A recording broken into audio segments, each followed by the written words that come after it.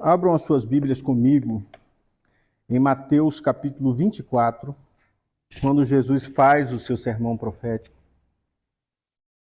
e fala do princípio das dores. Eu vou ler com vocês os versos 12 e 13, onde eu vou desenvolver a minha prédica, mas vou falar um pouco desse tempo em Jerusalém, mas esse é o oitavo sermão, das marcas do verdadeiro discípulo de Cristo, e uma das marcas desses discípulos é que eles perseverarão até o fim.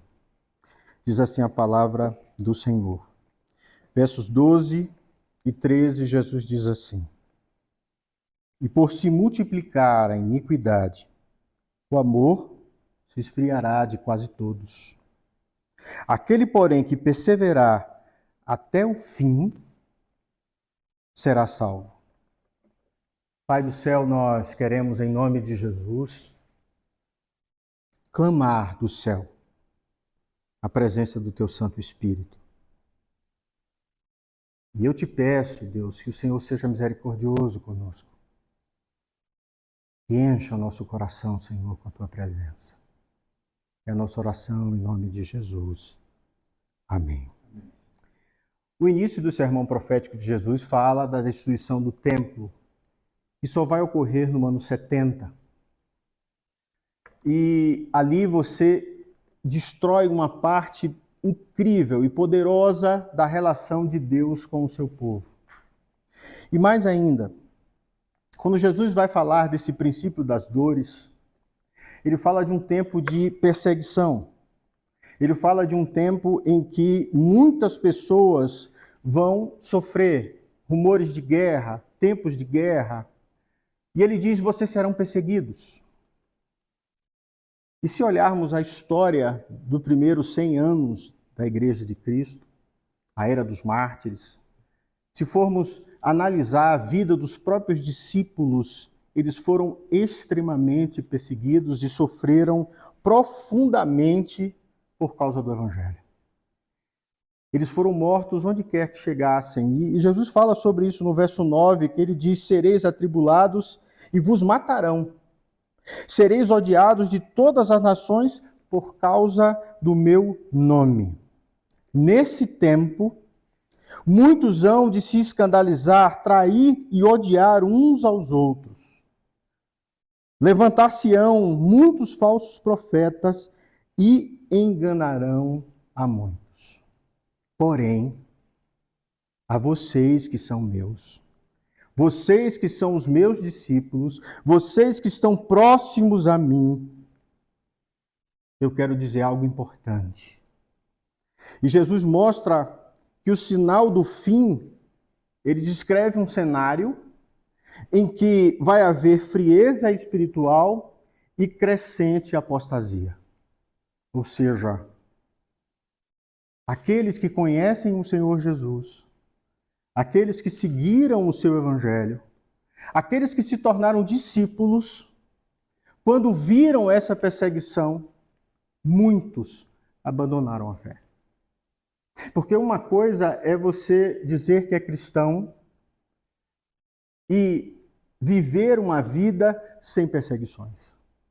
Outra coisa é você ter a guilhotina à sua frente e ser perguntado: você serve ao Jesus, o Nazareno? E você sustentar isso. Outra coisa é você ser levado ao Coliseu, dentro do Império Romano, nas muitas conversões de Diocleciano e tantos outros, e dizer que é crente e ser levado para lutar contra leões, ser levado a lutar contra gladiadores armados com espada, com lanças, e você apenas com a sua fé. E que a palavra de Deus diz que é escudo, mas que não vai lhe proteger de uma lança, nem de um guerreiro extremamente treinado. Jesus está alertando os seus discípulos para que eles permaneçam fiéis. Para que eles permaneçam, o texto é claro, ele diz, olha, aquele que perseverar até o fim será salvo. Aquele que não aderir à apostasia, aquele que não aderir a todos esses que estão esfriando o seu amor a mim, ao Evangelho, à verdade de Deus. Se perseverarmos, se nos mantermos, se vocês se manterem firmes, você será salvo. Então Jesus está falando para os seus discípulos, mas escatologicamente ele também fala de um futuro que há de chegar. Um futuro em que há cansaço espiritual, inconstância emocional e fé superficial. O berço maior do Ocidente, da cristandade, ruiu, que é a Europa. As grandes igrejas, imensas, cheias de crentes, ruíram. E hoje, quando você sai perguntando pelas ruas da Inglaterra e outros países, e fala de Cristo, o que você encontra é apostasia. O que você encontra é um esfriamento do amor.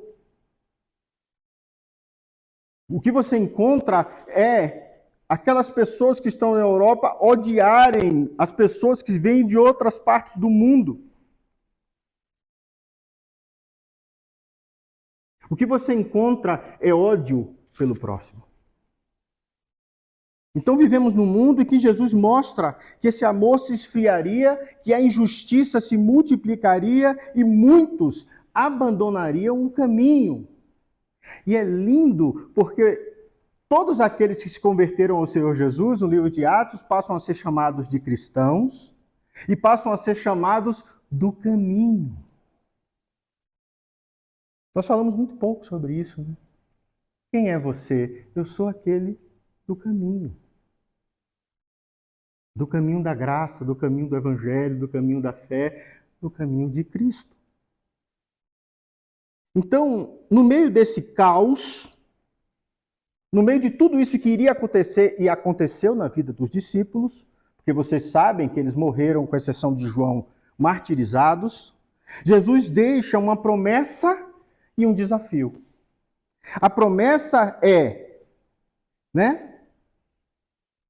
primeiro, ele diz, aquele que perseverar até o fim será salvo. Perseverar é manter-se firme quando tudo convidava aqueles servos à desistência. Perseverar é entender que parte do caminho, a responsabilidade é sua. É entender que Deus nos deu a habilidade de lutar contra o pecado. Que Deus nos deu a habilidade de compreender o Evangelho. Que Deus nos deu a habilidade de olhar o mundo e discernir espíritos, e discernir caminhos, e discernir a vontade de Deus, e discernir tudo aquilo que Deus colocou para nós pelo ensino do seu Filho. E responsabilidade, a palavra carrega o significado disso. A responsabilidade é responder à habilidade. Isso significa ter responsabilidade. Se você recebeu o Espírito Santo e tem poder sobre a sua vida, responda a essa habilidade de Deus na sua vida sendo coeso, reto, justo. Deus completou a carreira e te salvou. Qual é a minha parte agora? Eu tenho uma responsabilidade de continuar caminhando. Ainda que o mundo se insurja contra mim. Isso é tão verdadeiro que na vida daqueles discípulos, tudo convidando à desistência, vendo seus filhos mortos, perdendo as suas casas, perdendo tudo aquilo que eles tinham, eles continuam fiéis. Aliás, eu já vi vários ateus falando uma única coisa que não encaixa. É por que esses homens se entregaram até a morte, perdendo tudo. É a única coisa que eles não conseguem responder. Como é que alguém se entrega a própria vida à morte? Tem que haver algo maior. Tem que ser algo que eles viram, creram e compreenderam como verdade. Então Jesus fala com eles. Qual é o desafio? Perseverar. Qual é a promessa? Serás salvo. Imagina você, discípulo, ali ouvindo isso. Imagina quando eles chegaram ao momento em que seriam executados. A tradição conta que quando Pedro foi crucificado, ele diz assim: não me crucifica igual ao meu Senhor. E põe de cabeça para baixo. Você sabe que a agonia de cabeça para baixo é pior do que virado para cima, né? Jesus não quis ser igual a Deus, e Pedro não quis ser igual a Jesus, porque ele fala: olha, isso é grande demais, você não está entendendo a grandeza da morte dele.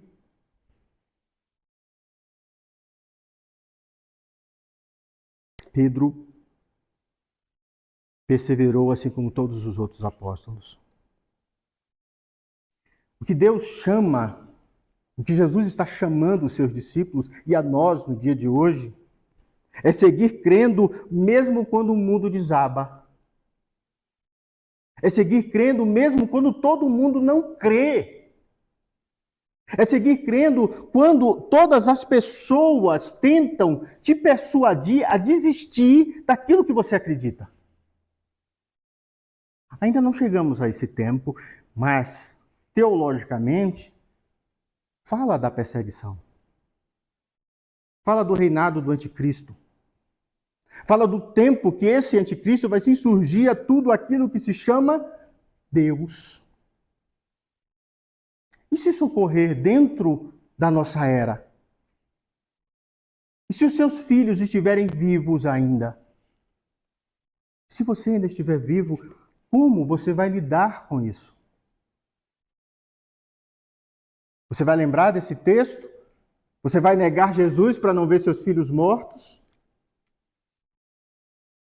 O Evangelho de Cristo, irmãos, mostra que o discipulado verdadeiro é provado não pelo entusiasmo inicial. Mesmo porque Jesus dá exemplos, quando ele fala da parábola do semeador, de pessoas que receberam a palavra com alegria, de pessoas que se envolveram, mas que aí vieram as tribulações, os problemas, as dificuldades, as perseguições, e ela desiste. Irmãos, Jesus está falando de uma fidelidade que é até o fim da jornada. E Paulo sabia tanto isso que ele dizia que melhor é morrer. Porque ele sabia o mundo onde ele estava inserido. Paulo foi preso pelo Evangelho, sofreu por causa do Evangelho. Então ele fala, melhor é morrer. Porque eu já estarei logo com o meu Senhor. Percebe que vivemos um tempo que todo mundo quer ver Deus, mas ninguém quer morrer? Percebe que nós vivemos num tempo que todo mundo quer a graça de Deus, mas quer viver para sempre aqui, não na glória? Você percebe que as pessoas tentam construir suas vidas de forma cada vez mais profunda e arraigada nesse mundo, enraizada, e não querem nem saber da glória? Percebem que pregar sobre a eternidade, sobre a vida eterna, sobre tudo, como foi dito aqui na EBD pelo Adonias, desapareceu? E o evangelho é imediatista? E o evangelho tem que arrancar todo o seu sofrimento? Quando Jesus disse que no mundo teríamos aflições, que nós seríamos odiados, que nós seríamos perseguidos, e como ele foi perseguido e odiado, nós seríamos? Então Jesus faz um alerta apontando para o fim, apontando para uma peneira que passa, separando os discípulos verdadeiros dos que não são discípulos. E a forma mais profunda disso ocorrer dentro da igreja é com perseguição. É ali que Deus separa os seus. Perceba que Jesus fala da multiplicação da iniquidade e o esfriamento do amor. Jesus está descrevendo mais do que o tempo final, ele está descrevendo o coração humano diante do pecado. Porque o coração humano ama o pecado. Isso é o natural. Isso é o ordinário. O sobrenatural é amar a vontade de Deus. O sobrenatural é não querer contaminar-se com o mundo. Isso é sobrenatural. Isso não é algo que vem de nós. Isso não é algo inato. Inato, o homem é pecador, caído. Davi, no Salmo 51, descreve a natureza humana. Eu nasci em pecado e em pecado me concebeu a minha mãe. Davi entende que desde o seu nascimento ele é incapaz de fazer a vontade de Deus. E é por isso que o Evangelho e o Antigo Testamento principalmente fala que nós temos que inculcar os nossos filhos, ensinar os nossos filhos, criar neles o amor pela lei e o desejo de que seus olhos vejam a lei. E o desejo de ver o Senhor e a sua face. Irmãos, quando o mal se torna normal, o amor se torna raro. É isso que Jesus está dizendo. Quando o mal é o caminho comum, amar é o sobrenatural. A Igreja de Cristo precisa olhar novamente para o Senhor. A Igreja de Cristo e o movimento protestante precisa voltar-se novamente para o seu Senhor. Para a simplicidade do Evangelho. Às vezes nós não conseguimos distinguir sobre o coração e as diferenças das coisas do mundo. Max Weber, ele fala uma coisa interessantíssima. Ele diz que quando você analisa os monges, a meditação e a riqueza deles. E a riqueza deles volta-se para dentro. Quando você analisa o cristianismo, ele fala assim, eles têm a ascese, a separação, o silenciar-se para estar com Deus. E ele diz, é ali que está toda a sua riqueza. E há aqueles que amam a materialidade do mundo. Eu nunca vi ninguém explicar tão perfeitamente amar o Espírito Santo e o reino dos céus e amar o mundo como um ateu. Max Weber era ateu. Ele conseguiu perceber que os verdadeiros crentes têm em si a sua grande riqueza. E que nada mais importa fora. Entende? O que nós estamos vivendo hoje é uma externalidade da fé. É a fé que se vê fora. É a fé que mostra o carro, a casa, o bem, o que alcançou, o que fez, não o que se é.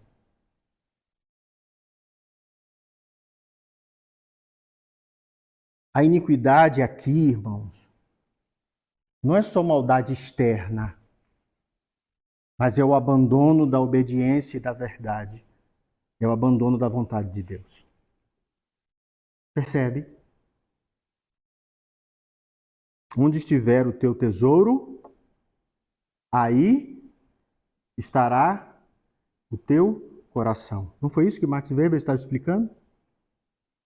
Para o monge, para o cristão, onde está essa verdadeira verdade? Como é que o ímpio consegue saber isso e nós invertemos a graça? Então, irmãos, o amor que deveria nos unir, ele se esfria, porque eu só me preocupo com a minha própria vida, com tudo aquilo que eu quero. E o coração que deveria arder na presença de Deus se torna indiferente. Se torna indiferente porque o que eu quero de Deus é que Ele seja meu servo. Eu quero não sofrer, eu quero que as minhas vontades sejam feitas. Percebe? Quando em Cristo, o que nós vivemos é não fazer as nossas vontades para que a vontade de Deus seja feita. O próprio Jesus diz isso quando ele fala que eu não falo as minhas próprias palavras. Eu falo as palavras do Pai. Eu não faço tudo aquilo que eu quero, eu faço tudo aquilo que o Pai deseja. Irmãos, aqui nós temos o retrato de uma fé que começou com fogo, mas não resistiu aos ventos da tribulação. Eu louvo a Deus porque nesse momento, nesses últimos anos que eu atravessei na minha vida, eu posso dizer isso com um mínimo de autoridade, porque você não tem autoridade para dizer nada, né? Mas eu sei o que eu passei esses últimos anos. E eu sei a importância de vocês na minha vida.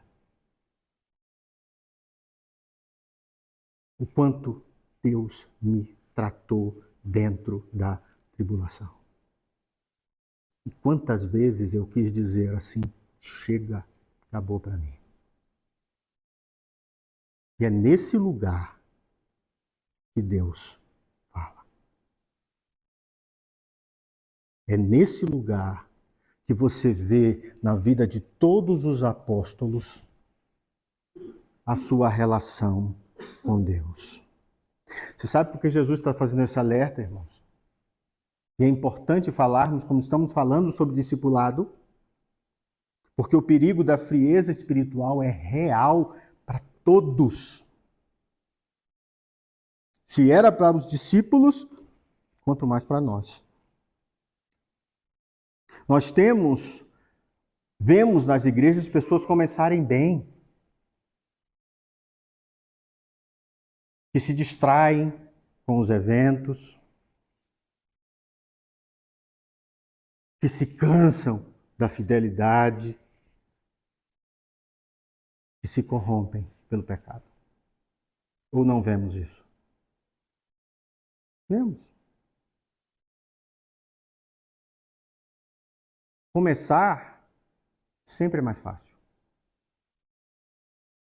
Tem alguém que falou isso, Alhures, eu não lembro quem disse. Começativa, todo mundo tem. Eu quero é terminativa. Que é uma grande brincadeira para dizer assim, o que importa é como termina. É como fecha a sua vida. Antes da morte, Paulo escreve: completei a minha carreira, guardei a fé. Ele está cumprindo isso sem ter estado presente no momento que Jesus disse isso. Se converte depois. Então o discípulo deve vigiar o coração, irmãos, para não permitir que a rotina apague o fervor e a pressão da vida roube a sua fé. Eu já vi pessoas chegar na velhice e perderem a fé.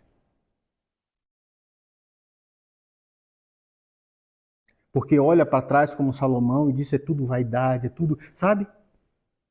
Aquele velho rabugento, aquela senhora rabugenta, que o mundo, sabe? e que outrora era tudo que Deus queria dele. Mas isso também é vaidade.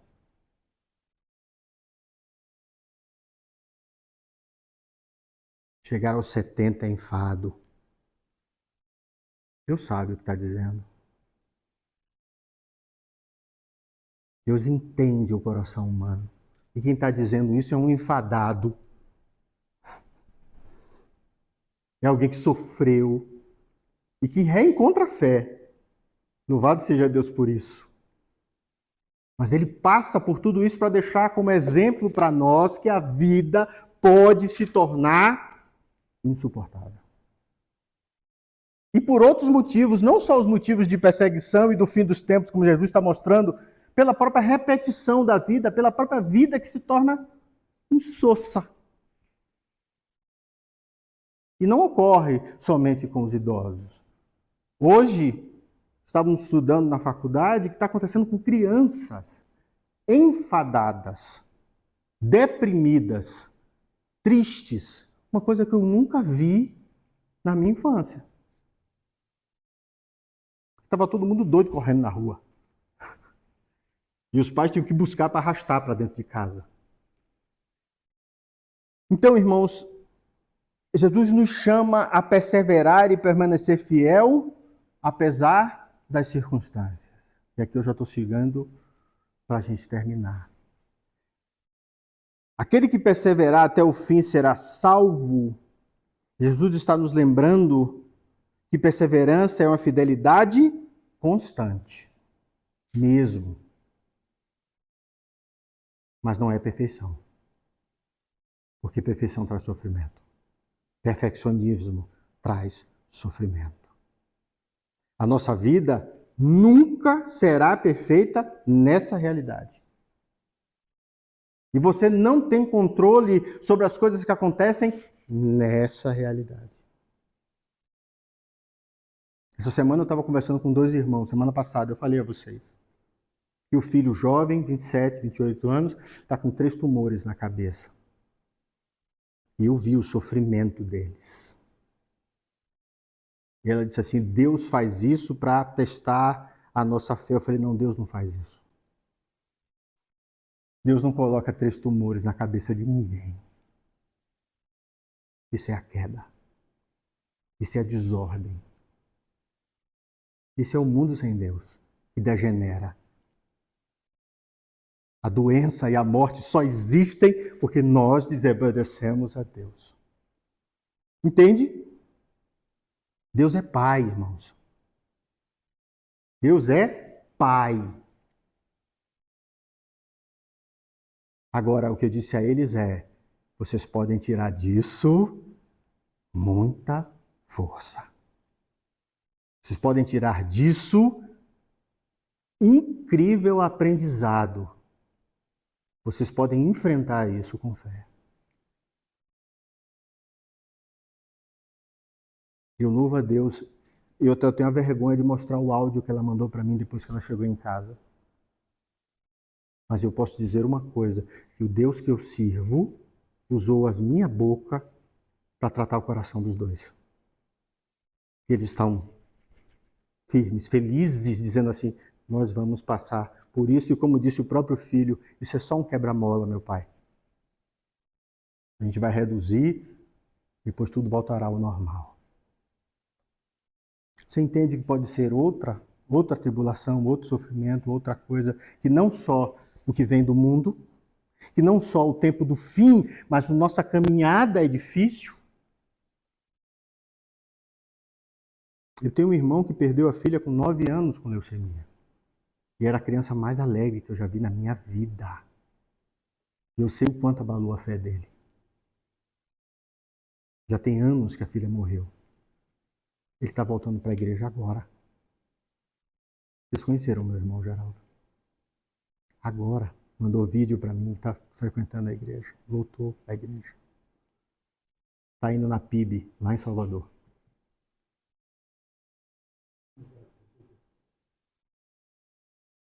Eu vi o brilho do olho dele apagar. Eu vi a revolta que ele ficou contra Deus. A raiva que ele sentia, como alguém tão maravilhoso pode ser arrancado de mim. Por que que Deus fez isso?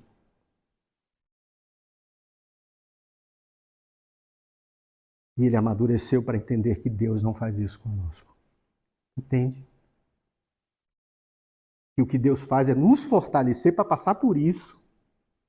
E o que Deus faz é nos dar ânimo para suportar e passar por isso. E nos dá uma promessa de eternidade, nos dá uma promessa de vida eterna, nos dá uma promessa de uma vida com Ele. E nos dá uma promessa de que o Seu Espírito Santo estará do nosso lado. Ele é o nosso paráclito eterno, é Ele que me sustenta. E nós só somos sarados quando entendemos isso. Quando essas coisas estão além das nossas forças, quando tudo isso que está passando por nós na vida está além de nós e somente Deus pode me sustentar. Mas eu faço a minha parte, entende? Eu assumo a minha responsabilidade. Eu olho para o Evangelho, eu olho para a cruz e digo assim: isso foi por mim. Me ajuda a suportar. Me ajuda a caminhar, Senhor. A palavra perseverar no grego, hipomonel, significa ficar firme sob pressão. Traduzindo literalmente, é você ficar firme sobre pressão. Aí você entende o que é perseverar. É permanecer quando todos os outros fogem. É permanecer quando todos os outros desistem. Você fica.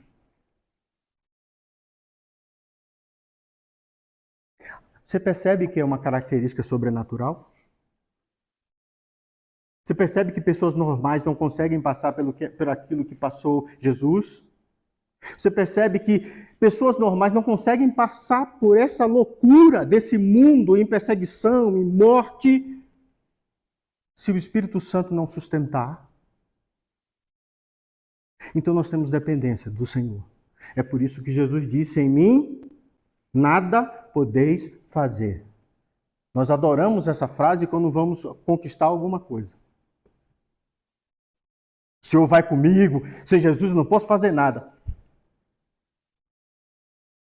Mas não é só para isso.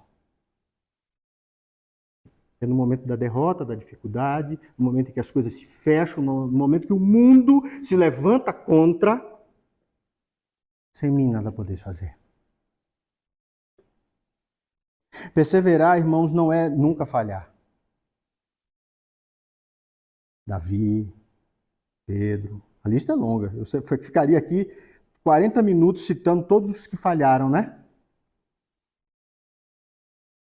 Perseverar e não desistir mesmo depois de falhar. É nós, pecadores, errarmos e continuar a caminhada. Como é que nós nos tornamos irrepreensíveis em Cristo? Quando eu confesso que Ele é o meu Senhor. Aí Ele apaga todas as minhas transgressões do passado e do futuro. Não é só do passado que Ele apaga. Ele apaga todas as minhas transgressões. Mas o problema é que nós somos pecadores e ainda pecamos. E quando eu peco, eu me torno repreensível. Como é que eu me torno irrepreensível novamente? Quando eu peço perdão a Deus e quando eu peço perdão ao meu próximo, quando eu reconheço o meu erro e volto a caminhar em santidade. Entende o que é ser irrepreensível? Não é ser perfeito. Não é ser como Jesus na sua perfeição e nunca errar e não ter erros. É quando nós nos arrependemos. O verdadeiro discípulo não é aquele que nunca tropeça, irmãos, mas é aquele que se levanta todas as vezes e é sustentado pela graça de Deus. Esse é o verdadeiro discípulo. Pedro negou 3 vezes. Davi caiu em pecado grave.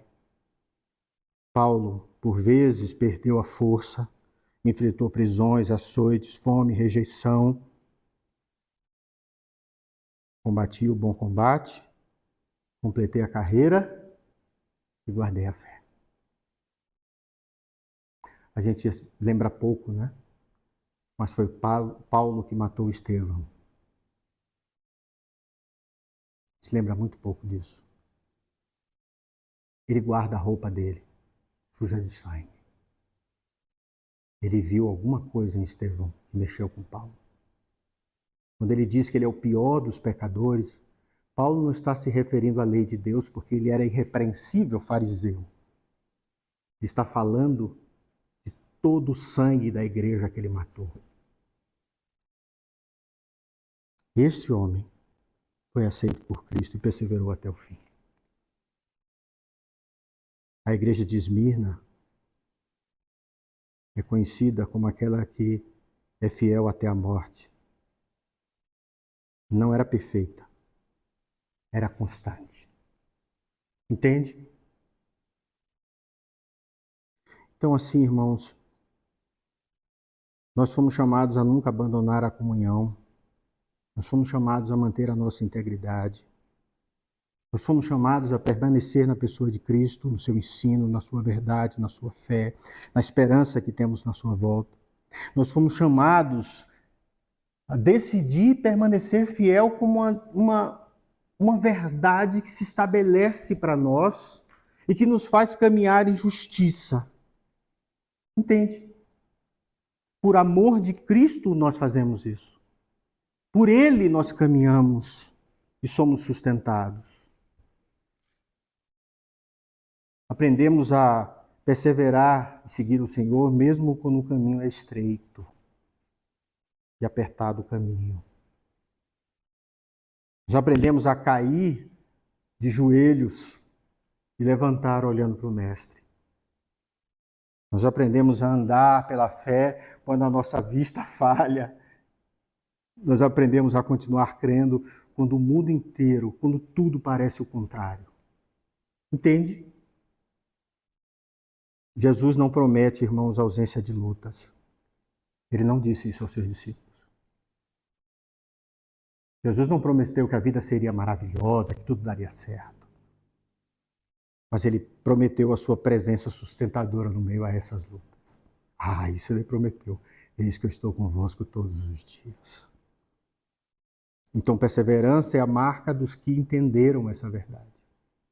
Perseverança é a marca daqueles que entenderam que seguir a Cristo vale mais do que qualquer recompensa imediata, percebe? Ainda que seja sustentar a minha própria vida. Eu não vou entrar nesse coliseu, eu vou negar Jesus. É imediato, né? Continua vivo, mas perde a eternidade. Perseverar é continuar crendo quando nós não temos resultados.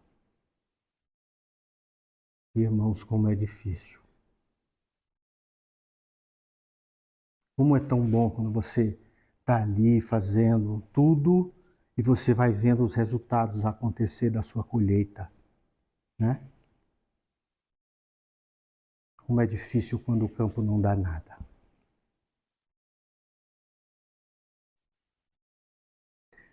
Perseverar é orar quando você não sente vontade. Ou você orou todas as vezes cheio de desejo de falar com Deus? Perseverar, irmãos, é permanecer firme quando todo o redor de mim desmoronou. Quando todos ao redor de mim desanimaram.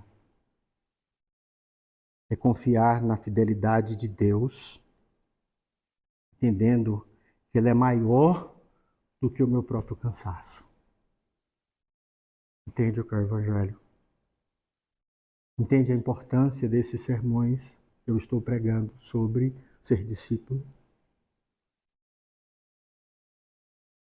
E como conclusão, eu quero dizer o seguinte: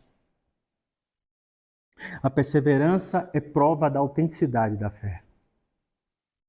Da mesma forma que pelos frutos nós vemos, da mesma forma, quando nós olhamos para a vida da pessoa que persevera na sua fé, no seu amor a Deus, ele está encaixado nessa verdade. O escritor de Hebreus, no capítulo 10, ele diz assim: vocês precisam perseverar, de modo que quando tiverem feito a vontade de Deus, recebam o que ele prometeu. 10:36. Pois em breve, muito em breve, aquele que vem virá e não demorará. Mas o meu justo viverá pela fé. E se retroceder, não me agradarei dele. Nós, porém, não somos dos que retrocedem e são destruídos, mas somos aqueles que creem e são salvos. Você percebe que esse capítulo 10 de Hebreus encaixa como uma luva nesse ensino de Jesus em Mateus 24. Percebe que Deus está olhando para nós e nos dando a certeza de que se nós confiarmos nele, nós vamos encontrar esse lugar de descanso. Aqueles que perseveraram, irmãos, naquele primeiro 100 anos, e os que perseveram hoje, demonstraram que não seguiam a Cristo por conveniência, mas eles seguiam a Cristo por convicção. A minha oração, irmãos, é que aquele que começou a boa obra em nós há de completá-la até o dia de Cristo Jesus. A minha oração é que a nossa perseverança não seja sustentada por nossa força, mas pela graça e pela misericórdia de Deus. A minha oração é que nos tornemos perseverantes porque Deus é fiel a nós. A minha oração é que a cada dia Deus nos fortaleça em Cristo para resistir ao mal, para vencer ao desânimo, para vencer a apostasia e que Ele nos encha da sua presença de tal forma que a nossa comunhão com Ele seja absolutamente verdadeira e justa. E que no dia em que nós formos chamados à presença de Deus, Ele possa dizer a nós, o que está logo no próximo capítulo, 25 de Mateus, verso 23. Bem está, servo bom e fiel. Entra no gozo do teu Senhor. Vamos orar? Jesus, obrigado, Senhor, por essa manhã. Obrigado pelo poder dessa palavra. Oh Deus, guarda em nosso coração e mente. Nos faz caminhar, Senhor, na força do Teu Espírito, no poder da Tua graça. E na nossa fraqueza nós sejamos fortes. Que o Senhor nos dê constância. Firme os nossos pés na rocha que é Cristo. E nos dê, Senhor, a grata alegria, no tempo da Tua glória, vermos a Tua face. Oramos a Ti, Senhor, em nome de Jesus. Amém. Receber a bênção, queridos, que a paz e a graça do nosso Senhor e Salvador Jesus Cristo, do amor de Deus, nosso Pai, as consolações e a perseverança do Espírito Santo sejam sobre vós, irmãos, aqui presentes no Lago Norte, e sobre a Igreja de Cristo espalhada sobre toda a terra, agora e para todo sempre. Amém. Deus abençoe a sua vida e lhe dê uma excelente semana em nome de Jesus. Amém. Amém.